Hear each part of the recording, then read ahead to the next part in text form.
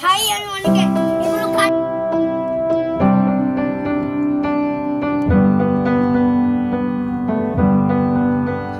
রাধে, কেমন আছো তোমরা?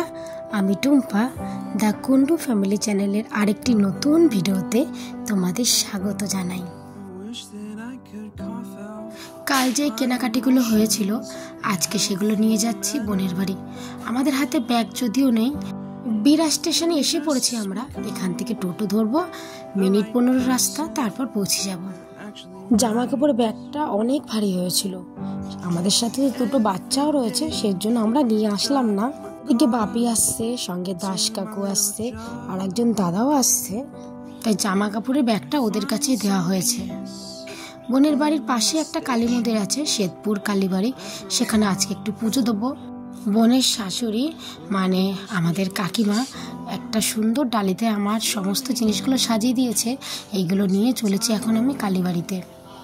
বোন অবশ্য বাড়িতে নেই, কারণ কালকে থেকে কালী পুজো, আবার ভাইফোঁটা, এখন বিভিন্ন ধরনের ছুটি রয়েছে, তাই আজকে একটু ছেলেকে নিয়ে স্কুলে গেছে।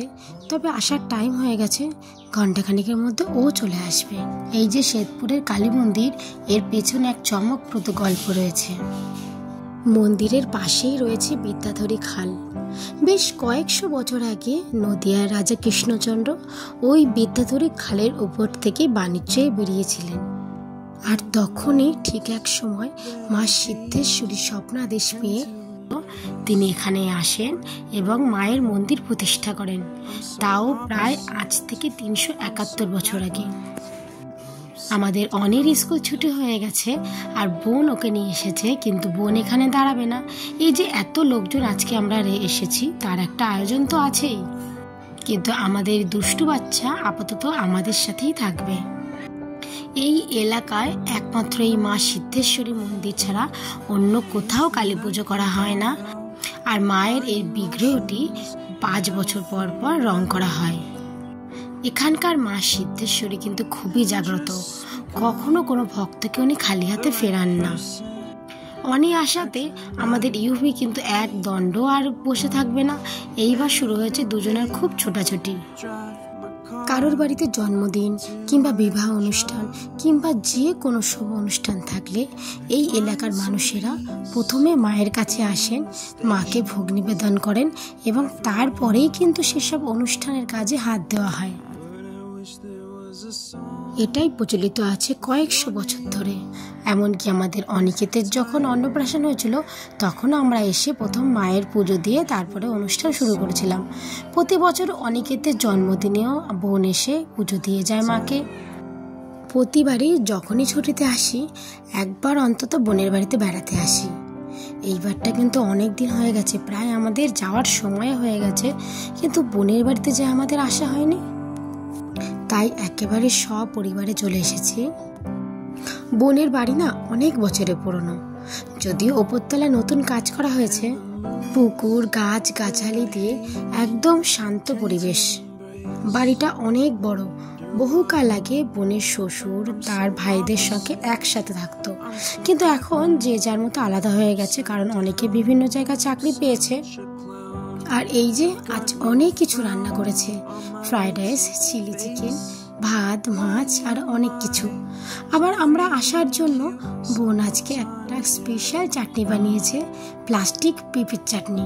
সেটাও কিন্তু দারুণ হয়েছে খেতে। ওই যে দেখা যাচ্ছে একটুখানি পাশের বাগান, তার পাশে একটা বড় পুকুর রয়েছে, ওখানে কিন্তু অনেক মাছ ছাড়া আছে। আর ঠিক এই পুকুরটির চারপাশে শীতকালে আমাদের বিনয় অনেক ধরনের সবজি চাষ করে। আর ওই যে দেখা যাচ্ছে বোনের বাড়ি, কয়েকশো বছর পুরনো, যদিও উপর তলাটা নতুন করা হয়েছে। এই জন্যই কোনো অনুষ্ঠানে ওদের বাইরে যেতে হয় না, বাড়িতে এত জায়গা রয়েছে, এখানে যে কোনো অনুষ্ঠানে কয়েকশো লোকের আয়োজন করা হয়। এখানে এবার প্রিন্স আর আমাদের অনিকেত শুরু করেছে ক্রিকেট খেলা। তবে ইউভি বাদ যাবে কেন, ও অনিকেতের পিছনে দাঁড়িয়ে পড়েছে খেলার জন্য। এগুলো কিসের গাছ ভাই? এটা কিভাবে লাগিয়েছো? চারা নার্সারি থেকে নিয়ে আসে, তারপরে জৈব সার দিয়ে মাটি দিয়ে বসানো। এবং এটা সারা বছরই ফল হয়, গরমকালে একটু বেশি ফল হয়। আচ্ছা, তাহলে এখন তো মাঝামাঝি সিজন, এখন কিরকম ফল হচ্ছে? এখন মোটামুটি ফল হচ্ছে। বাবা ভালো। ফলের আকারগুলো অনেক ছোট, কিন্তু গরমকালে ফলের আকারগুলো অনেক বড় বড়। মানে এই যে লাল লাল একদম হচ্ছে, এগুলো খেতে খুব মিষ্টি। ওটা অর্ধ পাকা, পুরো কালো হয়ে গেলে পুরো পেকে যাবে। আচ্ছা, যেমন এই কালোটা। লালগুলো একটু টক টক ব্যাপার থাকে। দেখতে তো খুব সুন্দর।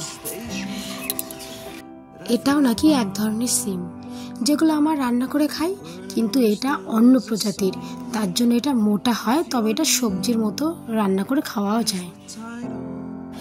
বা তোর হাতেগুলো পুরো কালো, টকটকে কালো। দেখো ভাই, এই কালো মতন পিঙ্ক আছে তো, এটা হ্যাঁ কালো, খেতে দেখবি তো ভালো লাগবে। এই গাছটা কি হলো ভাই? চিনের মধ্যে মাটি পুরো উল্টাবো, মাটি পুরো উল্টিয়ে খোল তারপরে সার গুঁড়ো দিয়ে 26 দিয়ে পুরো মাটি ছড়িয়ে আবার নতুন করে সার দিয়ে মাটিটাকে ভরতে হবে। তারপর গাছ কাটিং করে তারপরে গাছ এই বসে যাবে। এই দেখো ছোট্ট ফুল, এটা খেতে দেয়, এটা ভেজে খেয়ে পাবে। এই রকম ভাজবে, এটা মুখে দেবে, আর মুখে যাবে একটা ফুল। গাছ পাগল ভাই আমার, যদিও ওর অফিসের প্রচণ্ডই কাজের চাপ, সারাদিনে হয়তো বিকেলে 4 থেকে 5টি ঘন্টাও বাড়িতে থাকে, কিন্তু সেই সময়টা নষ্ট না করে ও এই গাছগুলো যত্নাতি করে। এত ফলের গাছের পেছনে অনেক পরিশ্রম করে, এগুলোকে ঠিকমতো জল দেওয়া, জৈব সার দেওয়া, সবটুকুই করে থাকে। ছোট জামাইয়ের হাতে লাগানো গাছ, মা তাই আনন্দের সাথে ফলগুলো পাড়ছে আর একটু করে খাচ্ছে। বাপি আর যে কাকু দাদা এসেছিল, ওরা তো চলে গেছে, তবে আমরা আর একটু পরেই বেরিয়ে যাব। এই যে এখন যেটা খেলাম পিঙ্ক কালার একটা দিল না বিনয় কেটে, এই ফলটা আস্তে আস্তে বড় হয় তোমার পিঙ্ক কালার হয়ে যাবে পুরো। এখানে রয়েছে কিছু ড্রাগন ফলের গাছ, এত পরিমাণে ফল ধরেছে। দুপুরে আসার পরেই ওরা অনেকগুলো ড্রাগন ফল কেটে দিয়েছিল। আর এদিকে একটা ড্রাগন দেখো কত সুন্দর লাগছে দেখতে, এটা আমাদের প্রিন্স কেটে নিল। সবে পাকা ধরেছে, বিনয় বলল বাড়িতে নিয়ে গিয়ে একদিন রেখে দিলে এটাও সম্পূর্ণ গোলাপি রঙের ধরে যাবে। তবে এখন অফ সিজন তো, তাই কিছু কিছু গাছ কিন্তু নষ্ট হয়ে গেছে। ভাই আমি অনেকে এগুলো কাটা গাছ, জনগণ মানার্জি আগামী। সারাদিন অনেক খাটাখাটনি করেছেন এতগুলো মানুষের রান্না বান্না। এবার পরিচয় করে দিই, ইনি হচ্ছেন আমাদের বিনয়ের মা, আমার বোনের শাশুড়ি আর আমাদের কাকিমা। খুবই হাসি খুশি আর প্রাণবন্ত একজন মহিলা। আজ আমরা সবাই আসাতে আমাদের কাকিমা দেখো আজ অনেক খুশি। বিনয়ের ছাদ বাগানে এক ধারেতে দেখো ওখানে রয়েছে লেমন ট্রি গাছ, আর এখানে দেখো কত গোলাপের গাছ, কিন্তু অফ সিজন তো, তাই প্রায় গাছ নষ্ট হয়ে গেছে। ব্যাস, আজকের জন্য এতটুকু গল্প। আবার নিয়ে আসবো অন্য কোনো ভিডিও গল্পের মাধ্যমে।